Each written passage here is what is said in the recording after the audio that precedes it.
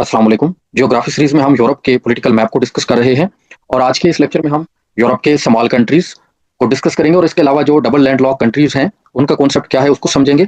इससे पहले मैं आपको याद दहानी कराता चला जाऊं कि हमने यूरोप पर काफी सारे लेक्चर्स अपलोड कर रखे हैं और उसमें हमने ये देखा है कि हमारे पास स्कैंडिनेवियन कंट्रीज कौन से हैं और इसके अलावा नॉर्डिक कंट्रीज का क्या कॉन्सेप्ट है। फिर इसके बाद हमने ये देखा है कि इंग्लैंड, ग्रेट ब्रिटेन और यूनाइटेड किंगडम में क्या फर्क है और जर्मनी और उसके नेबरिंग कंट्रीज को हमने डिस्कस किया था कि कौन कौन से कंट्रीज इसको लगते हैं। और इसके अलावा हमने ये देखा था कि हमारे पास आइबेरियन पेनिनसुला कहाँ पड़ा है और उसमें मौजूद कौन से कंट्रीज हैं। तो यहाँ पर जो है वो हमारे पास आइबेरियन पेनिनसुला है और आइबेरियन पेनिनसुला के बाद हमने इटली और उस फ्रांस के कुछ आइलैंड्स हैं जिनको डिस्कस किया। देन इसके बाद हमने बाल्कान पेनिनसुला की तरफ आए और यहाँ से हमने हंगरी को पकड़ा और हंगरी के इर्द गिर्द के कंट्रीज को देखा। देन इसके बाद हमने मैसिडोनिया को लिया और मैसिडोनिया के इर्द गिर्द के कंट्रीज को हमने अंडरस्टैंड किया और यहाँ से कैपिटल्स वगैरह तैयार किए। फिर हमने नॉर्डिक कंट्रीज और बेलारूस पर जो है वो बातचीत की थी। अभी जो है हम यहाँ पर जो है छोटे छोटे कंट्रीज की बात करेंगे जिसमें एंडोरा एंडोरा एक कंट्री है जो कि फ्रांस और स्पेन की बाउंड्री पर मौजूद है और बहुत ही छोटा सा एक कंट्री है। और एंडोरा जो है इसका कैपिटल है लावेला लावेला। तो इसको आपने देख लेना है कि कौन से दो कंट्रीज के दरमियान में और ये लैंड लॉक है। इसके अलावा हम नेक्स्ट जो है वो स्लाइड में यहाँ पर आपको क्लियर नजर आएगा। तो यहाँ पर आपने एंडोरा को पढ़ लिया। अभी फ्रांस के साथ एक और भी कंट्री लगता है, छोटा सा कंट्री है यहाँ पे, इसको बोलते हैं मोनाको। मोनाको।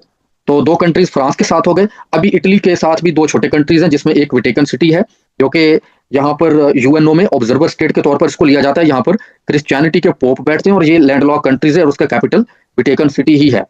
इसके अलावा इसी इटली में एक और छोटा सा कंट्री है जिसे हम सैन मैरिनो का नाम देते हैं।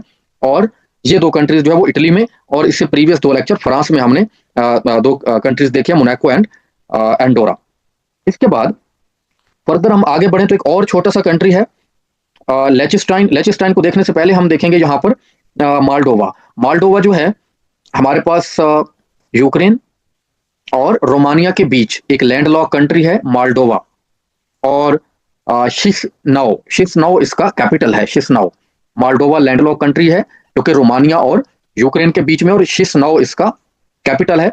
देन हम आगे बढ़ेंगे और आपको मैं एक और बात बताता चला जाऊं कि ये जो जितने भी कंट्रीज हैं, यूक्रेन है, रोमानिया, बल्गारिया और इसके अलावा ये मैसिडोनिया वगैरह, तो ये रशिया का ही हिस्सा थे कभी किसी दौर में। और जो ऊपर बाल्टिक कंट्रीज हैं, तो फिर ये 1991 में जब हमारे पास यूएसएसआर जो है वो ब्रेक हुआ तो तब ये 15 कंट्रीज नए बने थे।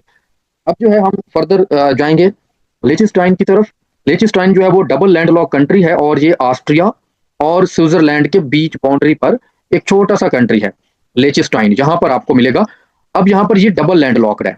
डबल लैंड लॉक का ये मतलब है कि ये एक ऐसा कंट्री है जो कि ऐसे कंट्रीज के साथ लैंड लॉक्ड है जो कि खुद भी लैंड लॉक्ड है। Means that a country which is landlocked by a landlocked countries. मेरे कहने का मतलब ये है कि यहाँ पर स्विट्जरलैंड खुद लैंडलॉक्ड है, इसको कोई ओशन नहीं लग रहा, और ऑस्ट्रिया भी लैंडलॉक्ड है, इसको इसको भी कोई ओशन नहीं लग रहा।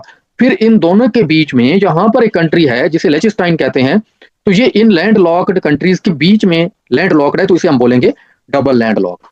और डबल लैंडलॉक जो है वो एक लैंडलॉक कंट्री जो है वो अपने आप को ओशंस तक अगर ले जाना चाहता है, क्योंकि 80% जो ट्रेड है वो ओशंस की मदद से हो रही है, तो अब स्विट्जरलैंड को यहाँ से ट्रेड करनी है तो वो किसी एक कंट्री से इजाजत लेगा, जैसा कि फॉर एग्जांपल इटली से, और ओशन तक पहुंच जाएगा, या फ्रांस से लेगा और यहाँ तक पहुंच जाएगा ओशंस की तरफ। लेकिन अगर लेचिस्टाइन को जरूरत पड़ी और ये ट्रेड करना चाहता है ओशंस के जरिए, तो इसे पहले स्विट्जरलैंड से इजाजत लेनी होगी, फिर इटली से, और फिर ये पहुंचेगा। तो means that double land locked countries को एटलीस्ट दो कंट्री से इजाजत लेनी पड़ती है ओशन तक एक्सेस लेने के लिए। तो यहाँ तक जो है ये हमारे छोटे छोटे कंट्रीज जो है वो कवर हो गए। इसके अलावा यहाँ पर और दो इंपॉर्टेंट कंट्रीज हैं, जिसमें एक तो इटली के नीचे यहाँ पर एक माल्टा कंट्री है, माल्टा। माल्टा ये आपने देख लेना, इसका कैपिटल है वलीटा। वलीटा, माल्टा, वेलिटा।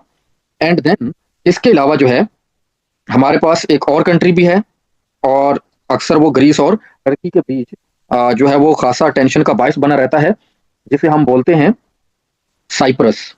साइप्रस।